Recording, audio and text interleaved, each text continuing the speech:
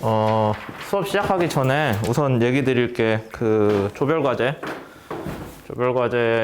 이제 저번에 계속 얘기를 드렸듯이 조별과제라고 해서 여러분들이 조끼리 모여서 뭘 하겠다는 생각은 나중에 하시고 우선은 개인적으로 주어진 내용들을 쭉 따라가시면 되는데 여러분들이 지금까지 배운 걸로 할 수 있는 게 유효동력 추정은 할 수 있거든요. 까먹을까 봐 미리 얘기하고 있습니다. 유효동력 추정하는데 여러분들 뭐 이것저것 CR, CA, CAA 등등 다 알려드린 걸로 알려드렸나? 알려드린 것 같아요. 그 다음에 여러분들이 유일하게 모르는 게 CW가 있을 텐데 그거 구하는 거는 저기 자료실에다가 어떤 논문 하나를 올려놨거든요. 한글로 써져 있으니까 여러분들이 시간 두고 읽어볼 만한데 그거 읽어보시고 이제 하면 되는데 뭐 그냥 생으로 알아서 해라라고 하면은 좀 그러니까 제가 시간 나면은 이거 이제 하는 방법에 대해서는 설명을 해가지고 올려놓을게요. 수업 중에 하진 않을 거예요. 수업 시간이 빡빡하기 때문에. 그래서 만약에 여러분들이 유효 동력까지는 그래서 지금 올라가 있는 자료 가지고 한번 구해보시고 각각 하시는 거를 목표로 하세요. 구태여 조끼리 모였을 때 한다고 하면은 너무 늦을 거예요. 지금 이제 수업 5주 남았나? 뭐 그 정도밖에 안 남았기 때문에 미리 한번 해보시고 이제 유효 동력 이후에 뭐 추진기가 어쩌고 저쩌고 하는 거는 이번 챕터부터 배울 거예요. 그러니까 여러분들이 또 새로운 내용을 따라온다라고 생각을 하시면 되죠. 그래서 책에서 뭐 추진 서론 보면은 추진기 역사도 있고 뭐 어쩌고 저쩌고 많이 써져 있거든요. 근데 이제 우리가 생각하는 근대적인 배, 프로펠러 달린 그런 근대적인 배가 한 100년? 뭐 그 정도 좀 넘었어요. 그래서 이제 배 형태는 거의 다 완전히 이제 우리가 뭐라고 해야 될까? 발전이 됐거든요. 그래서 그냥 일반적인 배다 하면은 프로펠러는 무조건 스크류 프로펠러고 뭐 다른 것들 여러분들이 개론 때 주로 배웠겠죠. 아니면 우리 수업도 나중에 잠깐 얘기는 할 건데 좀 특수한 프로펠러 추진기들이 있거든요. 뭐 워터젯이라거나 아니면 사이클로이달이라거나 등 아니면 돛도 요즘은 거의 안 쓰지만 이제 돛 같은 것도 특수 추진기에 들겠죠. 근데 그런 게 뭐 컨트롤도 힘들고 그 다음에 효율도 안 나오고 뭣도 안 나오고 하는 문제들이 많아요. 그래서 거의 다 스크류 프로펠러를 씁니다. 뭐 다른 말로 하면 자동차들도 거의 다 바퀴로 굴러가잖아요. 뭐 억지로 다리로 간다거나 하진 않잖아요. 똑같은 거예요. 그냥 제일 효율도 좋고 쓰기 편하니까 이제 얘로 정리가 됐는데 스크류 프로펠러가 이제 여러분들이 제가 하나 모형을 가져왔어야 되는데 스크류 프로펠러 여러분들이 그냥 알다시피 앞에서 보면 이런 식으로 생겼죠. 날개 하나 더 있어야 되나?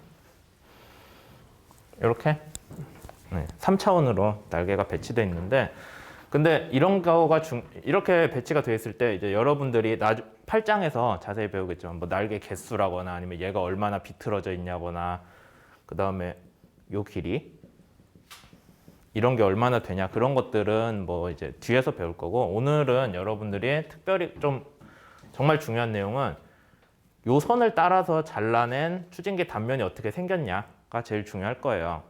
이제 여러분들이 유체 때 배운 날개 형상, 익형이라고 하죠. 그거랑 연관이 되어 있는데 얘를 이렇게 잘라내서 보면은 당연히 이런 식으로 날개 형상이 생겼을 거예요. 그러면 여러분들이 유체역학 때 제대로 배웠다면은 날개에서 양력이 왜 생기는지는 뭐 유체역학 복습 때도 얘기를 했는데 다시 한번 설명을 할게요. 쿠타 컨디션이라는 말이 아마 수업 때 나왔을 수도 있는데 억지로 쿠타 컨디션이랑 연결 지을 필요는 전혀 없어요. 왜냐하면 쿠타 컨디션은 포텐셜 유동으로 해석을 하려다 보니 억지로 들고 온 거고 포텐셜 유동이 그냥 두면 물리 현상이랑 안 맞거든요. 그러니까 걔랑 맞추려고 억지로 들고 서큘레이션한 개념을 들고 온 거고 그냥 여러분들이 아무 생각 없이 유동을 쏘면은 그러면 얘를 따라서 아래로 흐르겠죠.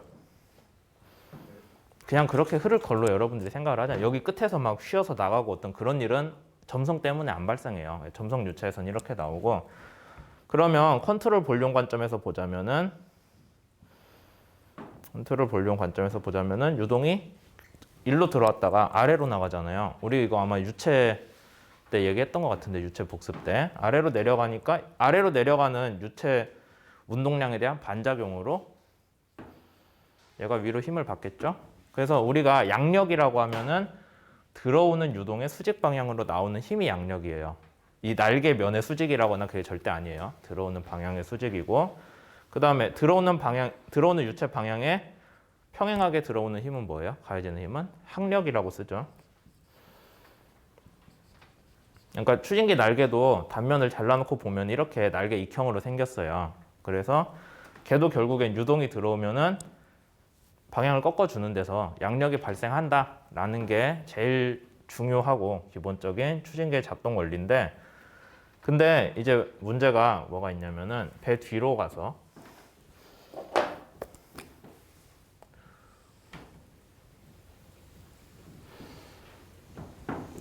이렇게 되어 있다고 칩시다. 그러면 뭐 그냥 여러분들한테 추진기를 그려보세요 하면 대충 뭐 이런 식으로 그리겠죠. 근데 이제 그게 중요한 게 아니라 추진기 날개를 이렇게 잘랐을 때 이런 익형이 나왔을 때 여기가 압력이 높은데 압력면이라고 하죠. 여기가 흡입면인데 여기에서 추진기 날개가 배 뒤에 놓였을 때 어디가 압력면이고 어디가 흡입면인지를 알아야 그림을 그릴 거 아니에요. 그러겠죠? 이제 그거를 좀 설명을 하려고 해요. 사실 이번 챕터에서는 다른 거는 이제 다 중요하지만 제일 그걸 다 이해하기 위해 우리 챕터에서 다룰 내용을 이해하기 위해 제일 중요한 게 얘가 날개가 어떻게 배치되어 있냐거든요. 근데 실제로 그리자면은 이렇게 돼 있으면은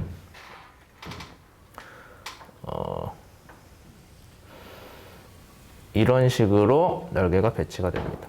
그러니까 지금 여러분들이 이쪽에서 배를 보고 있는 거예요. 그러니까 추진기 날개도 여러분들을 향해서 있는 애를 반으로 잘랐다고 보면 돼요. 길이 방향으로. 이게 좀 3차원 형상이라 이해하기가 애매할 텐데 추진기가 이렇게 있잖아요. 그럼 얘가 배 뒤에 이렇게 달려요. 그랬을 때 여러분들이 이쪽, 저 엄지손가락이죠. 그러니까 여러분들이 직접 봤을 때 딱 보이는 날개, 얘를 이렇게 들고 와서 이렇게 놨을 때 이쪽 날개겠죠. 여기 날개를 이렇게 잘라냈다고 보면 돼요. 그 단면을 보자는 거예요. 이거 부분만 이제 여러분들이 확실히 이해를 하면은 이 뒤에 내용은 별로 어렵지 않게 쭉 따라갈 수 있거든요. 그래서 어쨌든 추진기 단면을 자르면은 날개가 이런 식으로 배치가 돼 있어요. 그러면 여기가 무슨 면이에요? 압력면. 여기는 어디가 압력이 높은데요? 이 압력면이 압력이 높죠. 그러니까 여기서 아래로 추진기를 밀겠죠. 뭐 이런 면으로 밀 거 아니에요? 맞아요? 옆쪽 날개가 이렇게 여러분들이 봤을 때 딱 여러분들 눈앞에 있는 날개인데 걔가 이런 식으로 힘을 받고 힘을 성분을 분해를 하면은 이쪽은 뭐 회전에 관련된 거니까 이제 여러분들이 일정한 속도로 돌려주려면은 얘만큼의 힘을 계속 줘야 되는 거고 날개에다가 그로 인해서 앞쪽으로 길이 방향으로 힘이 나가는 게 우리가 얘기하는 추력이라고 할 수가 있겠죠. 그래서 날개가 이런 식으로 구성이 되어 있고 그 다음에 또 중요한 내용은 그냥 멀쩡히 있는 배에다가 날개만 놓는다고 얘가 작동하진 않잖아요. 날개 주위에도 유동이 있어야죠. 그럼 유동 성분이 뭐가 있겠어요? 배가 앞으로 가면서 들어오는 유동이 있고 앞으로 갈 때 들어오는 유동이 있고 정말 중요한 거는 얘가 회전을 하죠. 추진기가 이렇게 회전을 한다고 칩시다. 그러면은 옆면을 보면은 날개가 지금 이렇게 생긴 거예요. 뭉툭한 쪽이 우리가 얘기하는 앞날 맞아요? 유체 때 아마 배웠을 텐데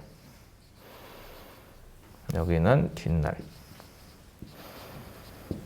앞날이랑 뒷날이 있고 그럼 앞날이 여기죠. 그래서 추진기가 회전을 할 때는 당연히 앞날이 앞으로 가야 이게 날개가 이동하는 것처럼 보이잖아요. 그래서 날개가 원래는 추진기가 도니까 날개가 이렇게 위로 올라가는 것처럼 보여야 되는데 여러분들이 날개 위에 타고 있으면 그거 잘 모르겠죠. 유동이 오는 것처럼 보이잖아요. 그래서 이런 성분이 있어요. 그럼 얘는 전진 성분으로 인한 거고 얘는 회전으로 인한 유동이 발생을 하는 거죠. 그러니까 여러분들이 여기 추진기 날개 위에 딱 붙어 있어요. 그러면은 실제로는 추진기가 돌고 배가 앞으로 가지만 여러분들이 그냥 추진기 위에 타고 있으면 어떻게 느껴요? 배가 가면서 맞닥뜨리는 유동은 자기한테 오는 것처럼 느끼겠죠. 내가 간다는 생각이 없으니까. 그래서 유동이 이렇게 오는 거 성분이 있고, 그 다음에 추진기가 돌아가니까 이제 멀리서 보면 이런 식으로 돈다는 거예요. 거꾸로 그랬나? 하여튼 뭐 이런 식으로 뱅글뱅글 돌고 있으니까 추진기 날개 입장에서는 자기가 회전하는 성분도 분명히 유체를 가르면서 내가 회전을 하고 앞으로 전진을 하는데, 그게 날개에 타고 있는 입장에서는 유동이 자기한테 오는 것처럼 느끼겠죠. 그래서 추진기 배에 대해서 추진기가 날개 단면이 이렇게 생겼으면은 전진이랑 회전 성분을 같이 느낀다.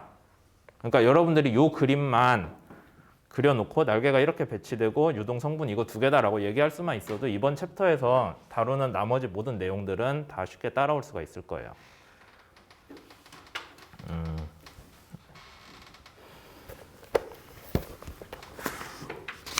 뭐 딱히 설명이 안 된 게 또 있나? 그래서 조금 더 얘기를 하자면은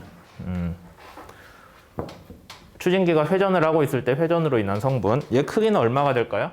회전으로 인한 유동 속도 성분은 여기까지 거리 r이라고 하면은 2파이 r, n은 회전수예요. 1초에 몇 번 도나. 그 다음에 2파이는 뭐예요? 라디안. 한 바퀴 돌 때 2파이잖아. 그 다음에 r은 거리, 회전 중심에서. 그렇게 하면 2파이 rn이 뭐가 돼요? 회전 속도로 들어오는 유동 성분의 속도가 되겠죠. 회전으로 인해서 내가 느끼는. 전진 속도는 우리가 어떻게 알고 있어요? 원래는 V인데 느려지죠. 반류비 배웠잖아요. 그래서 얘를 이제 VA라고 쓸 거예요. 뒤에서는. VA라고 쓰면 당연히 V에서 반류비가 적용된 값이다 라고 이해를 하시면 돼요.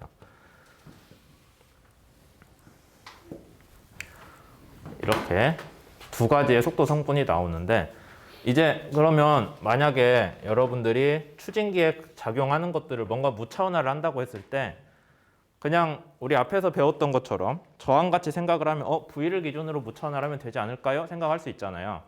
근데 문제는 뭐냐면 배가 정지해 있으면 배가 앞으로 가지 않으면서 추진기 돌릴 수 있죠. 막 출발하려고 할 땐 그럴 거 아니에요. 그렇게 했을 때는 무차원화가 V가 0이기 때문에 안 돼요. 그래서 추진기 관련한 문제에서는 V 대신에 같은 차원을 갖는 다른 물리량인 ND로 해줍니다. D는 지름이에요. N은 회전수고. 원래는 2파이 ND로 해주는 게 제일 좋겠죠. 2파이 ND는 추진기 날개 끝에 회전으로 인한 속도 성분일 거예요. 근데 2파이를 항상 맨날 쓰는 게 좀 그래서 그런지 ND로 많이, V 대신에. 속도 차원은 얘가 아니라 ND. 그래서 얘는 길이 차원이고 얘는 시간의 음수 차원이잖아요. 그러니까 결국엔 속도랑 무차원할 수 있는 건 같거든요. 얘를 자주 쓴다라는 것도 알아두면 좋겠죠. 몇 분 됐어요? 10분 됐나? 4분. 어? 14분? 잘랐다가 이제 본 수업들 내용 들어갈게요.